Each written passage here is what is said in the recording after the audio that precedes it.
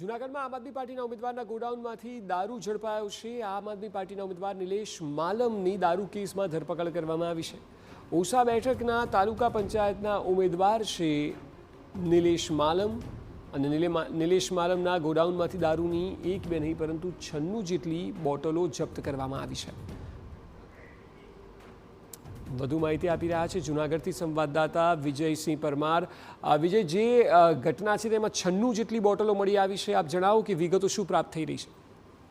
ચોક્કસથી જણાવ્યું તો જે રીતે એલસીબી પોલીસે જે રેડ કરતા જે બાતમીના આધારે જ્યારે આ નિલેશ માલમ જે છે તેમના જે વાડી વિસ્તારમાંથી જે 96 જેટલી બોટલ દારૂની જે ઇંગ્લિશ બનાવટનો દારૂ જથ્થો જે મળી આવ્યો છે, સમગ્ર મામલો છે તે સીલ પોલીસ સ્ટેશન પહોંચ્યો છે। નિલેશ માલમ છે તે ઓછા બેઠકના તાલુકા પંચાયતના આમ આદમી પાર્ટીના ઉમેદવાર છે તેવું પણ જાણવા મળી રહ્યું છે। જે રીતે પોલીસે જણાવ્યા મુજબ જે સીલ પોલીસ સ્ટેશનમાં નિલેશ માલમ વિરુદ્ધ કાર્યવાહી કરી અને વધુ તપાસ હાથ ધરવામાં આવી છે। જી બિલકુલ, આભાર સમગ્ર માહિતી બદલ।